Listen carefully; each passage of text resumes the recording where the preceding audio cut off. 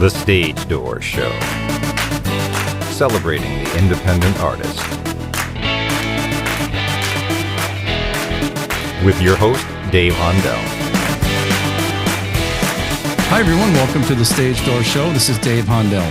Tonight, my guest is a brilliant writer whose work has been recognized by many organizations that honor his craft, and I'm excited to talk about his work tonight. So please welcome to the show, Mr. George Perez. Thank you for being with me, George. Thank you so much for having me on, Dave. And just looking at, your work and, I know we kind of talked before we started recording, but, you've done a lot of great work that's been recognized by many organizations. And, I think anybody that watches, movies, TV, any kind of works of art, I mean, it all starts with the written word. Starts with the writer, and so I think it's brilliant. Either nonfiction, fiction, stories that maybe have happened or based on true stories or not. It all comes from the writer's head. So, talk about that and what inspires you to write a story, and how do you get that first idea? Is it something that you see or have experienced, or what kind of inspires you, I guess, to start writing in the first place? I guess whatever you're looking out into the world and you're seeing things that perhaps need attention, that could use a light being shown on. I'm a firm believer that your subconscious is always at work 24/7, especially when you're asleep and it wakes you up with an idea, especially when you're in the shower, those inopportune times. But as far as the work I've done, I'm a product of the 90s. So when I first started writing features, I was a crime writer and I enjoyed that kind of material. But when I started gravitating towards television, it just by happenstance, I read an article one day on the international sex trade taking place in New York, meaning specifically Asian women from South Korea, other countries who come in and were forced into sexual slavery through the massage parlor industry in New York. And that made me want to explore that topic, because at that time, especially, it really wasn't either explored in depth, because there was a lot of misperception. A lot of folks really blamed the victims, kind of thing, because of lack of awareness. And also, it was just in need, I think, of clarification.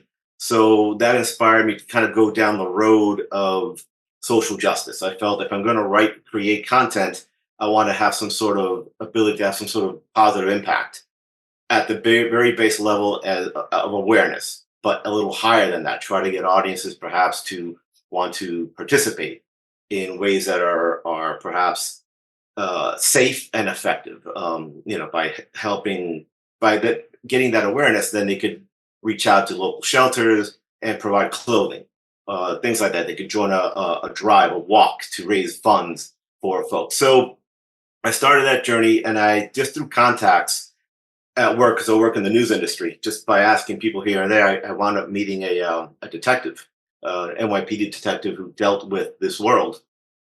And he's kind of maybe still in the business, so I'll give his name as just Jimmy. That's all I can say. I can't really give his full name. He's otherwise known as the Ghost. But anyway, so we met, and he was filling me in on a lot of the particulars of that world, the injustices, and how they went about trying to not only raid these massage parlors, but also help these women get into, shelters or organizations, help them to get their green cards, things, try to normalize their lives. Yeah. But so I started writing a feature on that. But in the middle of the conversation, he started talking to me about, he had transferred over, now he was working on the domestic, the kids. And I asked, well, what do you mean by that?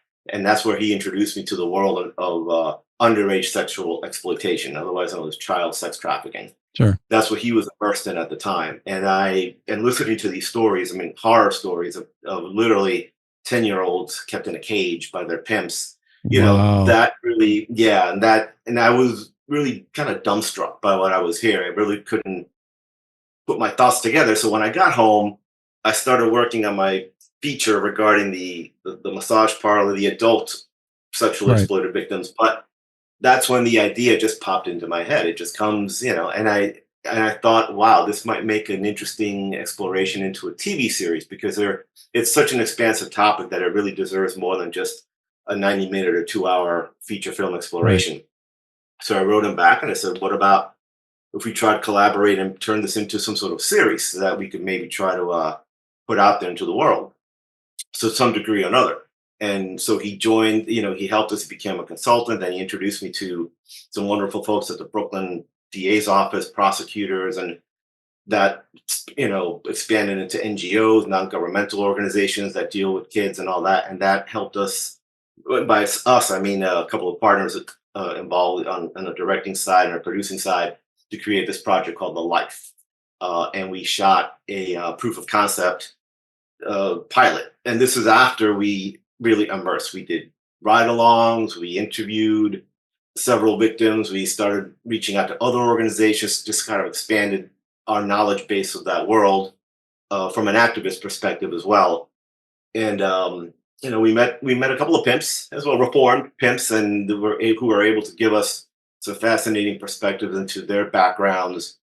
Not all one-dimensional villainous, but just kind of shows the complexity and the tragedy of that world all the way around.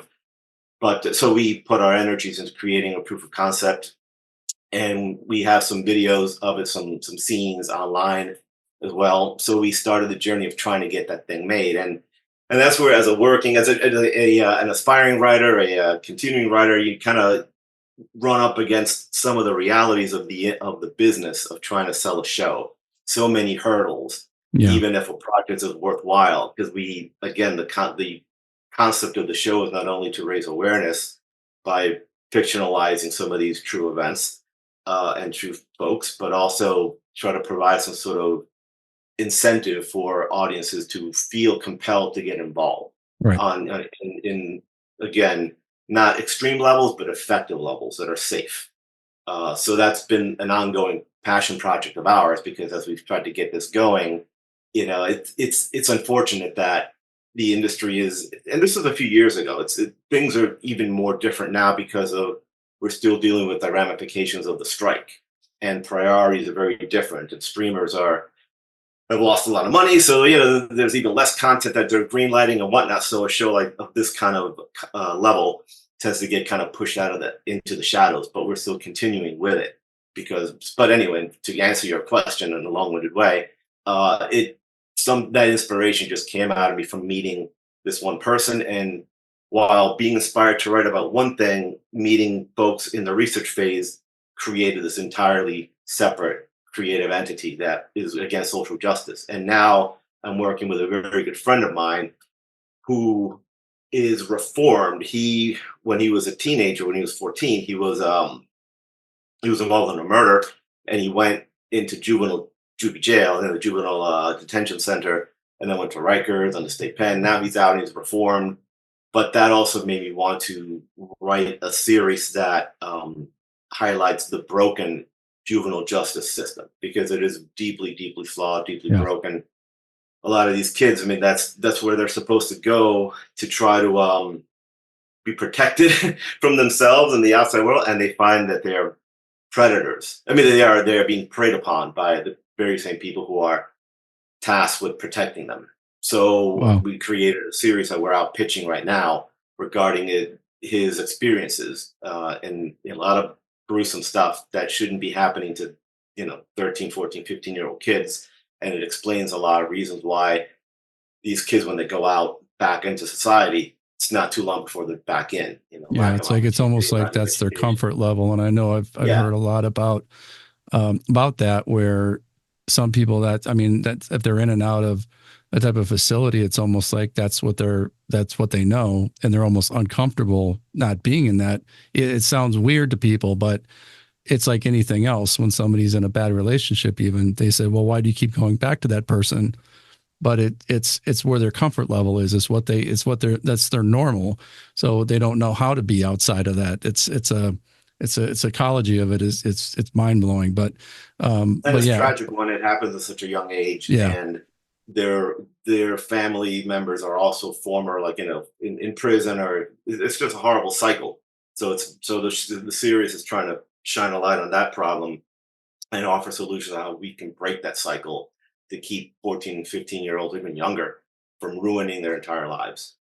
Yeah, and that's interesting that you said that, because I, even myself, just before hearing that, I didn't realize in the juvenile centers like that they're preyed upon within the juvenile centers. I didn't realize that, and so I think your work is very important, to go out there. You mentioned the strike, and things are kind of, I guess, catching up still, and from that in the industry. But I mean, something like a documentary, or even a not a documentary, a story, to shoot something like that. Is there anybody that can maybe volunteer that maybe offer to volunteer like their services or their equipment to get it shot at least, and and then try to sell it on the back end, or show it at independent theaters or streaming services or something like that?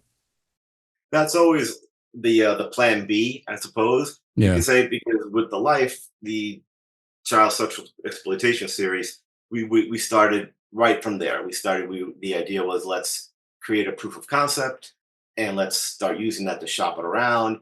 But again, what you find is that depending on certain times of say 5 or 10 year period, the industry isn't really looking to embrace those kinds of stories, and that's kind of the tragedy of it too. Yeah. It's one thing to have a standalone episode like on Law and Order. They do a lot of that, Right. SVU. Every Right. so throughout the course of a season, you'll see maybe two or three, because I think it's more easily digestible to have a show that has a beginning, a middle, and either usually a happy ending or a tragic one, depending. But to have a whole season's worth or two, unfortunately, too, the issue just with human trafficking, there was a show, American Crime Story, I believe, on ABC, with the great John Ridley. He had a 3 season show, and each season was a different exploration. Season 3 was the human trafficking side, which not only involved labor traffic but also child sex trafficking. And that show, unfortunately, was put on a Sunday night opposite Walking Dead at its height, when it was Oh, bringing in 20 million people. So the ratings competition. reflected Yeah. poorly, and it was canceled. And unfortunately, I think that kind of allowed a negative stigma of this kind of content to be, because I've heard it from plenty of producers and plenty of executives when we're pitching the shows. And even we haven't gone out yet with the yeah, we're just starting to go out with the Crossroad is called, the juvenile detention one. But in terms of sex trafficking and the life, I heard a lot of producers, a lot of executives say, "Why would I want to watch a show about kids being sexually exploited week after week? Too depressing." So I understand that, looking at it from one lens, but the show is really coming from a different direction. But it's really hard to break through. And some celebrities will take on a show like that as their passion project, but even they're finding it difficult to get that kind of content sold. But you still keep fighting. You just still Yeah. keep trying to find it. And now, in terms of Crossroad, the juvenile detention, we want to try to just send it out there first, try to get it out to shop it to production companies and whatnot, because it's expensive to put on. I spent a lot of my own personal cash to create that proof of concept Yeah. show for the life, and it's been really difficult. So with Crossroad, we want to try to do the traditional pitching first, and I don't want to jinx it or whatever, but if it falls through per se, then sure, then try to figure out how to release it online or something like that. Because I think that, especially, there's even less attention to juvenile justice reform than there is to sex trafficking. Thankfully, throughout the last decade or so, there've been so many shows and so many movies, and a lot of celebrities have jumped on. So at least the awareness is there, and the perceptions have changed. Because when I first started the life, a lot of my coworkers in the news industry were, well, these girls do it because they want to. No, Yeah. the concept of exploitation is very complex. But over the course of the last decade or so, people have started becoming more aware of the predatory nature of pimps and all that. So there's a lot more awareness, a lot more understanding. Cops, especially, my friend Jimmy really took it upon himself to educate a lot of cops who had that same mindset. And over the past decade, it's turned around, 180, that now cops really understand, and laws have been enacted, safe harbor laws. So the kids are no longer the victim. They are given immediate protections and all that. So awareness has definitely helped the movement in terms of child trafficking. In terms of now juvenile justice reform, it's like, well, we're starting this now, the awareness campaign, because yeah, it happens all over the place. Just a little insight as to how difficult this world is. A lot of corrections officers are still retain their gang affiliation. So a lot of corrections officers used to be either Bloods or Crips, and I'm talking about New Really? York. And Wow. unfortunately, my friend Irving, who this show is largely based off of his experiences, there were plenty of situations for just for fun. A lot of these COs, and I don't want to denigrate corrections officers in general because most of them do a great job and they have an impossible job to keep everything in order. Right. But some of these guys, there are always bad apples everywhere, and someone that would take, the Crip cop CO, who should have called counselors actually, would gather up the Crip kids and fight the Blood kids because the Blood uh, counselor would get yeah, a lot of things that go under the surface, and So people kind of it spilled onto the other really, side into the yeah. corrections. Wow.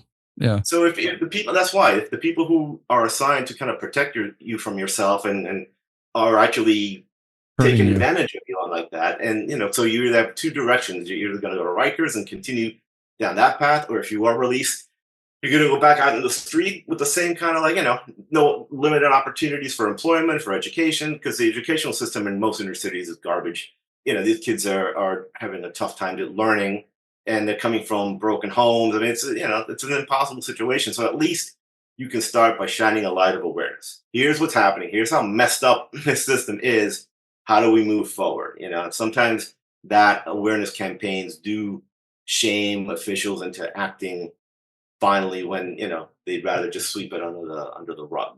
So that's part of my writing. That's one foot of my writing. I still feel it's really important to continue down the social justice path.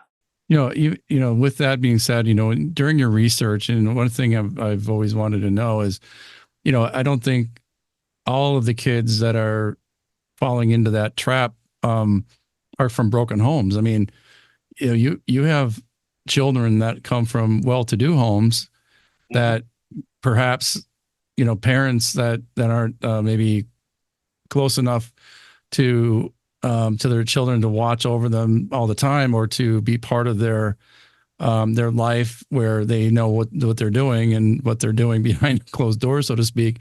They could fall into that trap even if they're not from a broken home. Correct? I mean, a lot of these kids can get trafficked and right under the nose of their parents, right? Oh, absolutely. If there's family dysfunction or any sort of issue that the child feels alienated from their parents, they, certainly it's a situation where they will run away. In fact, I'll give you just a quick story. A survivor that we were working with told me that when she was 16 or 15, she just had really not a very good relationship with her parents. It did alienation. She felt lonely. She was an only child. All that. One day, she's in the mall with her friends, and to her, in her words, she was kind of the ugly duckling. She was the one that the mean girls always wanted. That one person who was quote unquote inferior. And as they were walking down the mall, this guy calls out to her. He's on a payphone and says, "Hey, come over here. Yeah, you beautiful, come over here." So she walks over and he gives her his card. Says, "Hey, listen, call me tonight. I'm on the phone here, but I don't want to talk to you. You're really sexy." And she said, "This is the first time I've ever heard anybody call me sexy and attractive and all that, and asking me for my attention." So she called this guy that evening, and over the course of say 3 or 4 months, they got into this very they became good friends, basically confidants and all that. And she mentioned how she wanted to be a singer, and after a few months, he said, "I have a friend who is in LA. He's a record producer. Why don't you hate your parents? They don't even know you exist. Basically, why don't you come with me and we'll go to LA and we'll get you a recording contract and whatnot." And again, 16 years old, limited friends, feeling alone with the dream to be a singer. She said, "Okay." She met the guy the next day, and this was in Atlantic City. And instead of going to LA, he took her to a motel room where she met his basically to his bottom, but the woman who was running the stable. So before she knew it, she was being groomed. She was being given applied makeup and hair and said, "Okay, this is what you're going to charge for this sex act, that sex act." And now she starts to realize, "Oh my God, this guy's a pimp. And what do I do?" She was afraid to try to escape because they were blocking the doors, and she It's was almost too late at that point. Yeah, she was in it. yeah. Yeah. So that evening, they pimped her out. She was out walking the street in Atlantic City, and she had some really horrifying experiences with Johns. That it's a little too gruesome, I think, to describe. But to her benefit, believe it or not, she got busted that night, that first night. So she only had one night out there, and it was horrible enough. But this is also before the safe harbor laws, so she was treated like a victim. But long story short, so she finally emerged from that world, and years later, she was looking to write a book on it, and so she received her. She was able to get her files, the criminal files. Turns out that the guy on the payphone was not the same guy she was talking to. The guy she was talking to was the cousin of the guy on the payphone, who was the man that she met the next day in Atlantic City, the pimp. So it was a cousins thing running a scheme. It was all The guy on elaborate. the Yeah. phone was in Atlanta. Mhm. So you're right, and because it's such a quick conversation, she couldn't tell that there were two different voices. So he sets it up. He puts the lure, the worm on the hook. Here, call me. You're beautiful. The cousin starts to handle the actual grooming process, and then releases her back to the pimp. And that's a little business that they had going on. And this, so thankfully, again, she got arrested the first night, because if she'd had been able to, if she had been pimped out for a lot longer, she may not even be alive today. So Wow. Very yeah. sad. So Yeah. but she was from blonde, blue-eyed Yeah. young girl Yeah. from the suburbs of New Exactly. Jersey. So it can absolutely happen to everybody. Now, our show Crossroad focuses specifically on a Bronx detention center. So you're talking about mostly diverse kids, Latinos mostly, and African Americans, and some Asian from communities as well. So we focus on that, but certainly, and that world, don't. As far as I know, there weren't that many from Irving. There weren't that many white kids in there, but sure, there were some, and you can probably assume that they're coming from Staten Island, like white communities that, again, maybe they're having issues at home, and sure, they go out with their friends, they fall into that world of Yeah. violence and gangs and whatnot. Wow. Just fascinating. You also had some work called Los Cubanos, which really struck me. And it kind of explained it to me, because I know it's from Castro's Cuba, this family that risked coming over to the United States to escape the what was going on there, like the drug trafficking and the assassins and so forth, and they tried to leave that, and they came in to the United States, and I believe to New Jersey, and got caught up in the same thing they were just trying to leave. So kind of explain that story, because I thought it was fascinating, and I think you actually were nominated for an award for this. Los Cubanos is one of those long gestating, germinating ideas. It's inspired by my experiences growing up in the town I'm coming to you from, West New York, New Jersey, as well. My alma mater. you Yeah, I know, used to live there. Yeah, yeah, and that West New York has a large Cuban population, absolutely. starting like in late 50s, the 60s, the 70s, the 80s, heavy, and it's been resurging now. So this is a show that was laying dormant in my subconscious for decades and decades, and finally one day it just said, "Okay, it's time to come out." So it's inspired by people I knew, and it's historical fiction. Let's lay that out there first Sure. of all. So the family. Some of these characters are based on people I know, but the predominant ones are not. They're just I'm a writer, right? So I use my imagination. But yeah, based on a lot of stuff. So it's about this family, husband, wife, and a son, who escaped Castro's Cuba in 1980, part of the Freedom Flotilla, the Marielitos, the movie Scarface, with Pacino kind of covered that Sure. aspect. And they arrived here in New Jersey because there are a lot of Cubans in New Jersey, and that's because the Catholic Church in the 60s and whatnot, tried to help a lot of the overpopulation of Florida, and they offered, services up here. So a lot of Cubans migrated to this area. In fact, we have the second largest concentration of Cubans in the United States after Miami. Wow. Yeah, so I didn't yeah, realize that. so I grew up there in that era. So this family arrives in New Jersey looking to make a fresh start, but the show basically asks, the thematic argument: can you actually start over if you've done some really bad things, if you were forced to do some bad things. Yeah. So this couple were, in fact, working for Castro as a reason to survive within Cuba. They were both prison torturers and drug courier liaisons, because a lot of folks may not know, but during the 70s and 80s, Fidel opened the Cuban airways for the Colombians to land their planes and unload the cocaine onto these ships that would then, these speedboats that would take it into the Florida Keys and whatnot. So he did that to make some money. And it was under the rug. But when word came out, and I'm speaking historically, he then blamed the whole thing on one of his top generals, who at the time there were rumors that this general was looking to overthrow Castro and bring about democratic reform. So kind of like it was a perfect opportunity to get rid of a rival. And he claimed, what? Gambling? I'm shocked. The old Casablanca excuse. Right. So that inspired me then also to add that element into my story, into my fiction. But yeah, it's about a family who arrives in here, and now they are coerced because they tortured the wrong guy. This one guy who they tortured in Cuba wound up leaving, coming here to America, and became this big drug lord.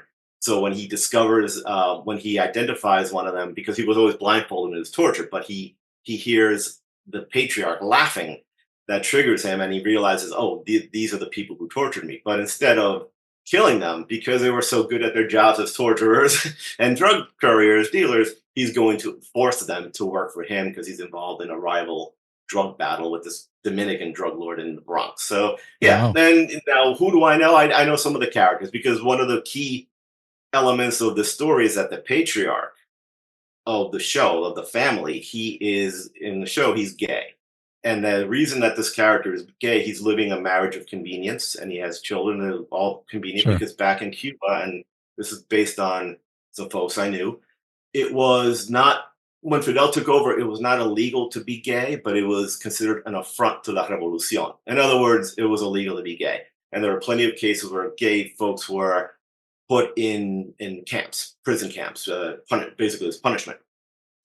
So in fact, so a very dear friend of mine grew up, a high school friend of mine, she grew up hating her philanderous dad because he's always cheating on the mom. Later, she came to discover that her mom in Cuba was gay, and this whole marriage was one of convenience so that she wouldn't be sent to those those camps. Sure. So that I felt was an interesting historical piece that should go into the show, because the show is also about identity.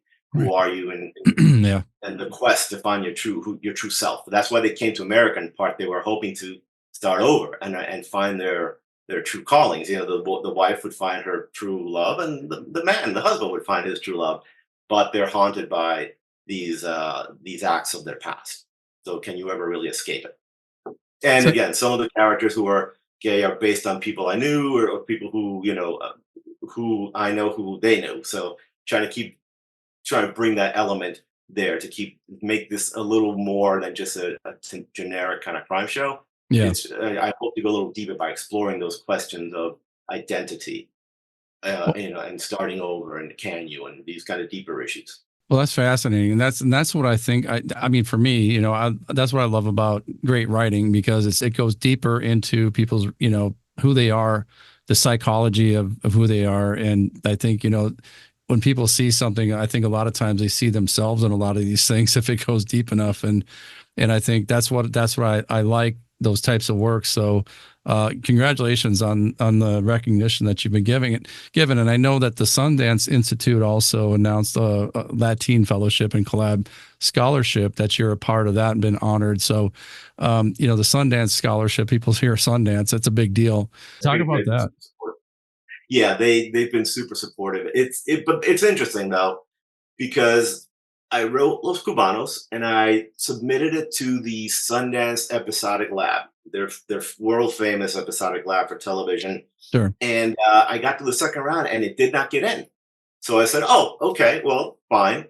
I'm a writer, and keep coming up with other material, but." The labs are usually in November. So that November, the lab took place without me. And then a month later, I get an email from Sundance saying, look, because of COVID related budget cuts, we were not able to bring in as many people as we were hoping for this lab.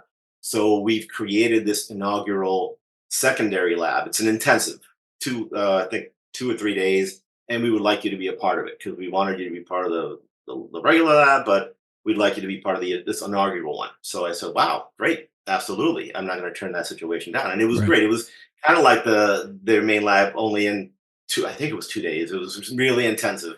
My head was spinning, but it was an incredible opportunity. And that was it, or so I thought.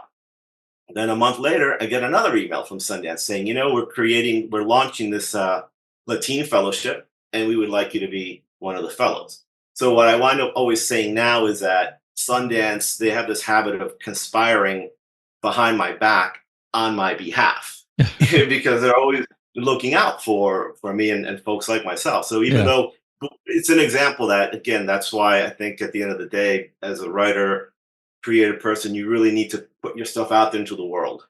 Right. And my personal philosophy is you got to go wide, cast a wide net, because you just don't know who's going to respond, it's going to resonate with somebody. So I sent it to every fellowship and every select competition that I could find. Because again, that's how you find your tribe. That's how you find those one or two people. That's sometimes all it takes. So it resonated, obviously, with Cubanos, with somebody there at Sundance, that even if I couldn't get into the main one, they had plans for people like myself. And that led to this fellowship thing.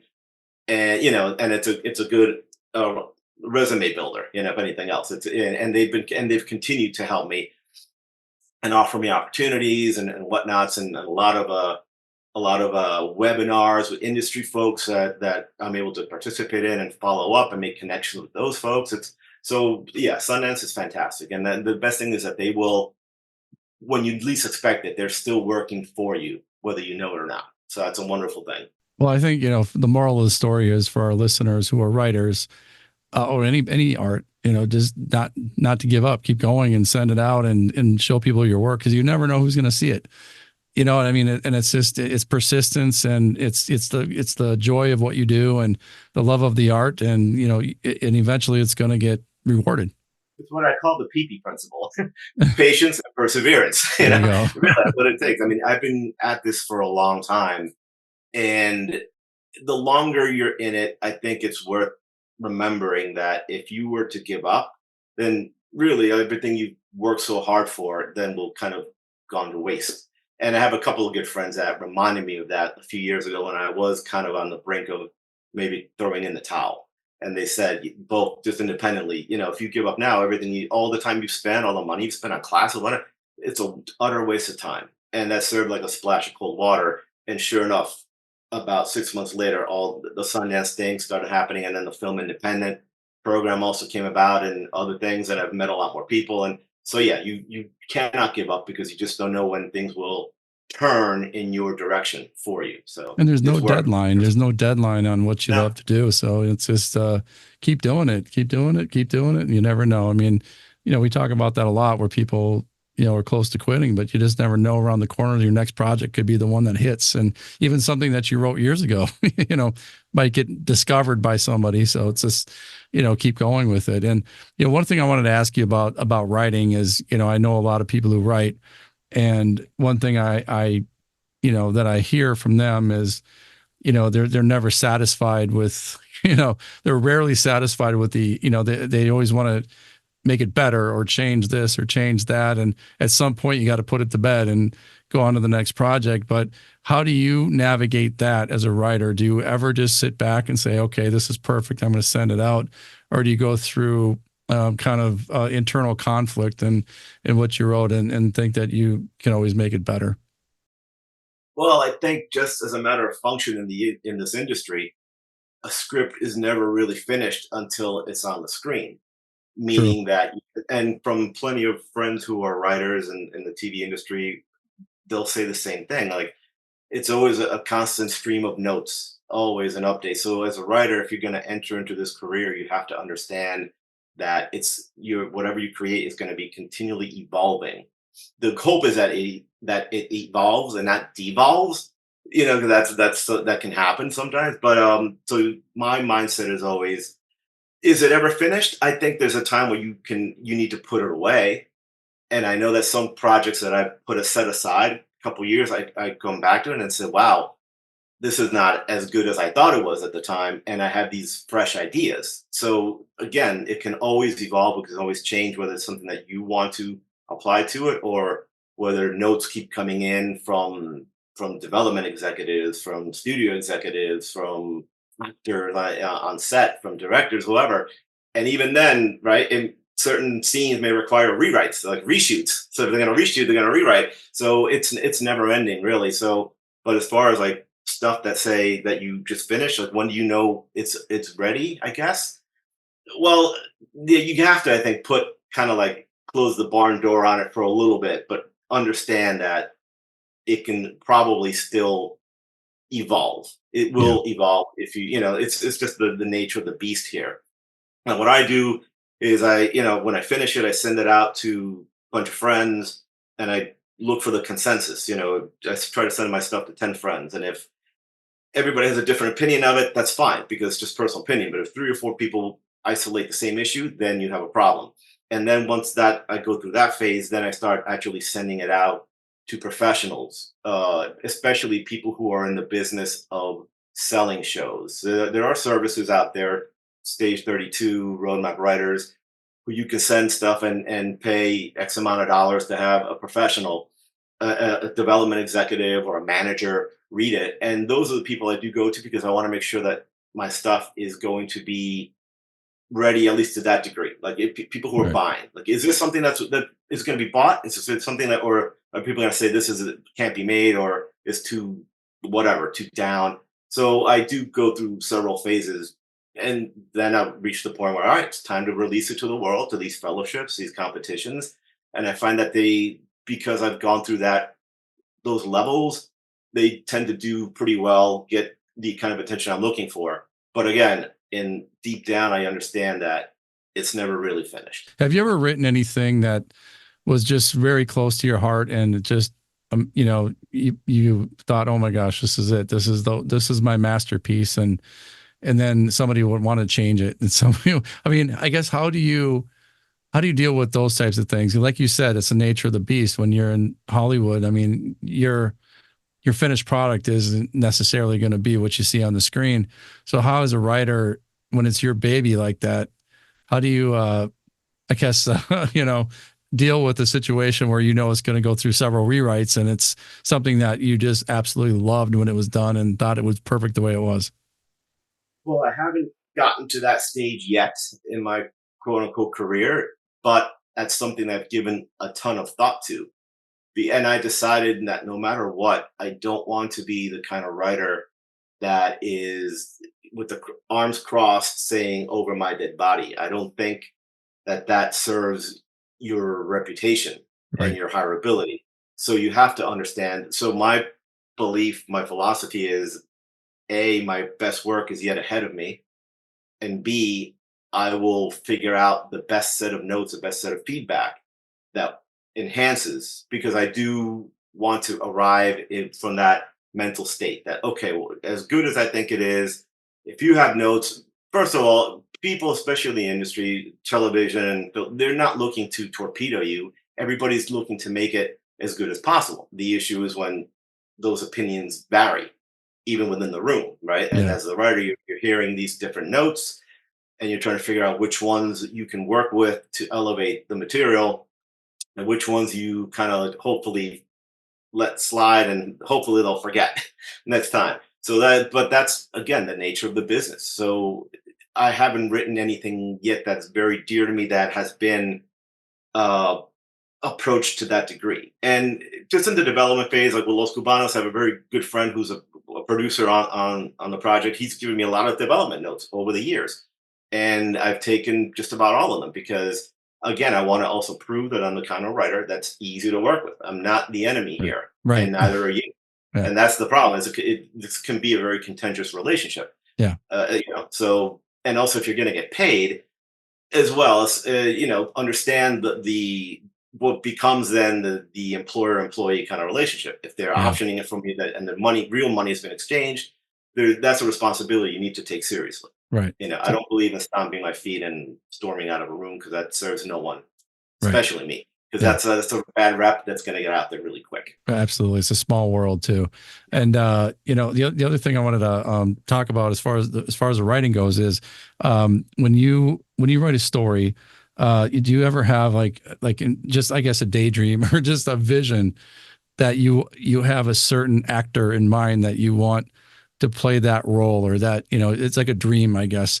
So do you have like a dream project, like, that you wish a certain person would play, or, I guess, what's your dream project to work on, and who would that person be to read the words that you write?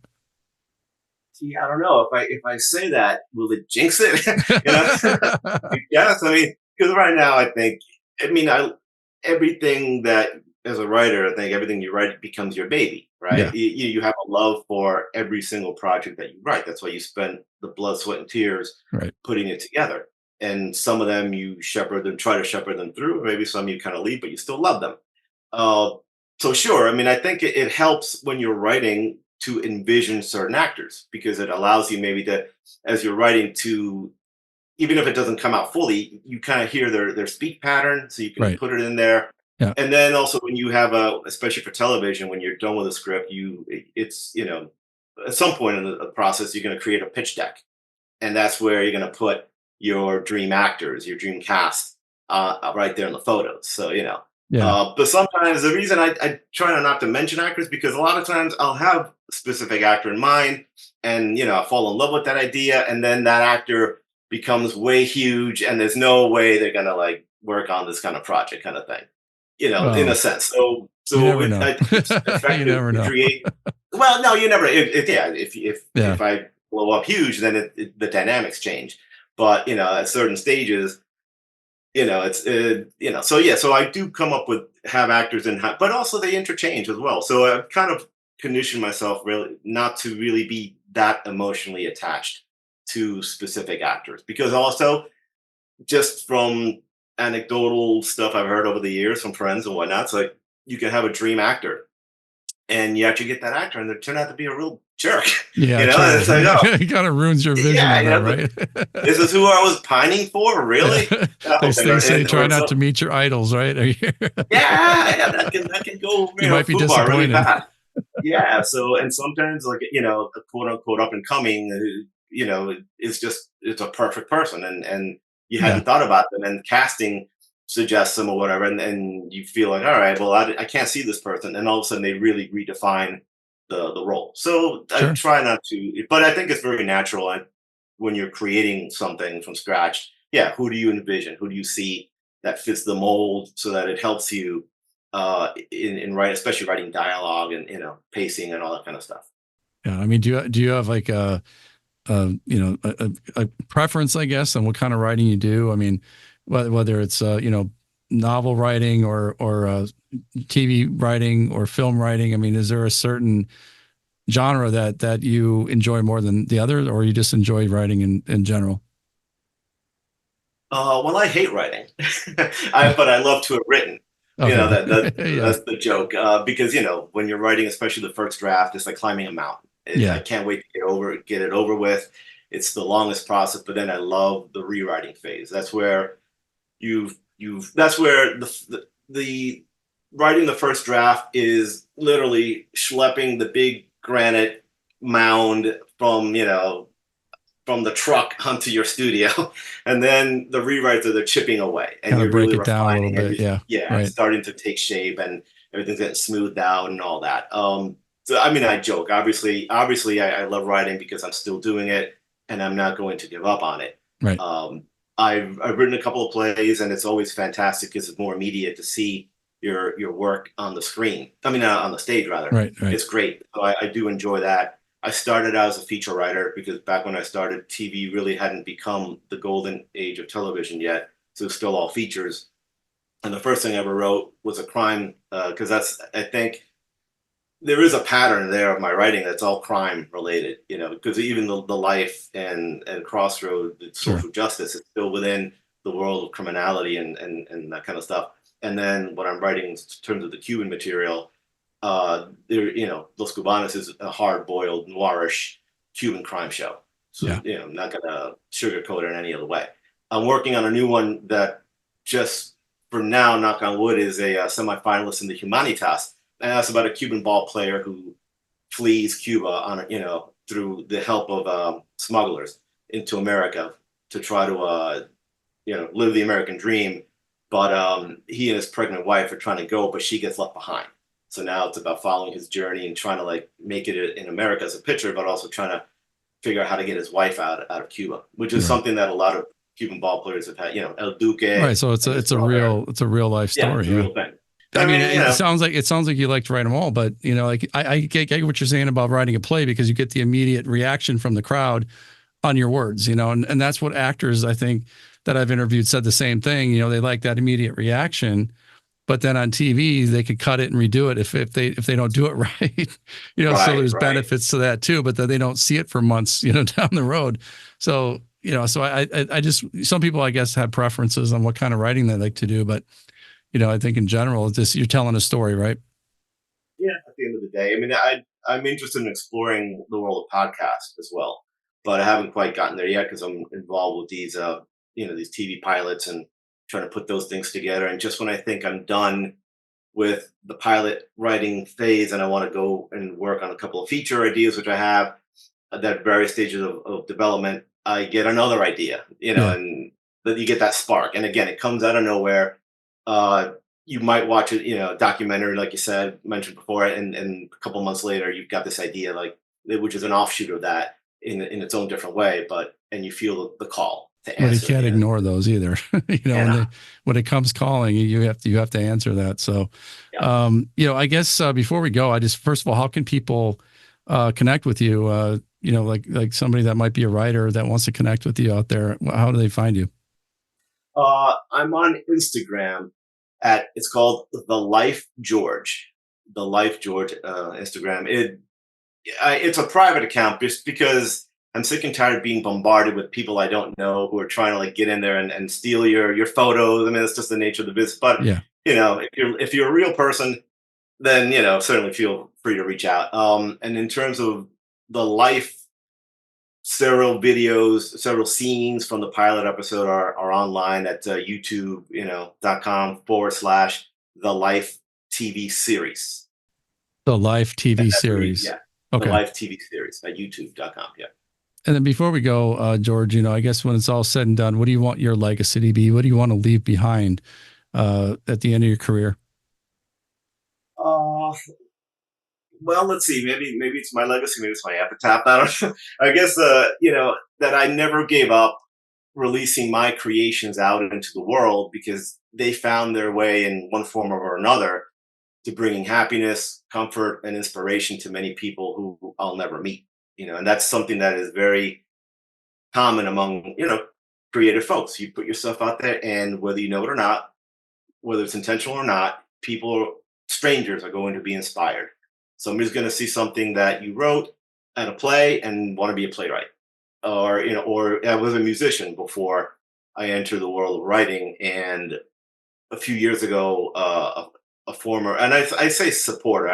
For some reason, I don't like saying fans. It seems kind of swell-headed of me, but so people supported my band. This guy wrote to me and he said, I don't know how he found me, but he did. And he said, listen, I just wanted to thank you because your music helped me through a very, very dark time in my life. It helped get me through to the other side. Now you can take it, interpret it any way you'd like, but it was deep. And that wasn't ever intentional. When we started our band, it was just putting music, rocking out, going on tour, putting out albums, but you have this gift that it becomes of inspiration or sometimes salvation, and so it's something to respect and cherish, and operate your life accordingly. Try to be as good a role model as you can because people are going to benefit from your creative endeavors, whether you know it or not. So I think, again, for my legacy, to whatever I put out there into the world, that I hope that it brings people happiness and comfort and inspiration, because I think that's a worthy legacy for anyone to leave behind. Well, that's great. Well said. Thank you, George, for that. And first of all, thank you for your time tonight and being on the show. I really appreciate that. And I know we have some mutual friends, and Oscar, Torre, and Chudy too. I just need to give a quick shout out. They are incredible. I met them through Instagram. There you go. Through Instagram, I started following them. I went to their screening here in New York when their incredible show, film, A Summer Night, came out. I met Oscar. Didn't have the opportunity to meet Chudy, but then again through Instagram, we just became close. And somebody, referred me to you, and here I am. Very cool. And they're just incredible. They're role models because these are actors who are not just acting. They are writing their own material, directing their own material, distributing their own stuff. I mean, they are the model, and I'm really glad to have met them. Absolutely, just great people. And again, thank you for taking the time, George, for being on the show. I can't wait to have you back at some point and talk about some more success of yours. And so everybody check out George Perez. Great work. And, can't wait to see what the next successful project is. So thanks again, George. Thank you, Dave. It's been a privilege, really. Thank you.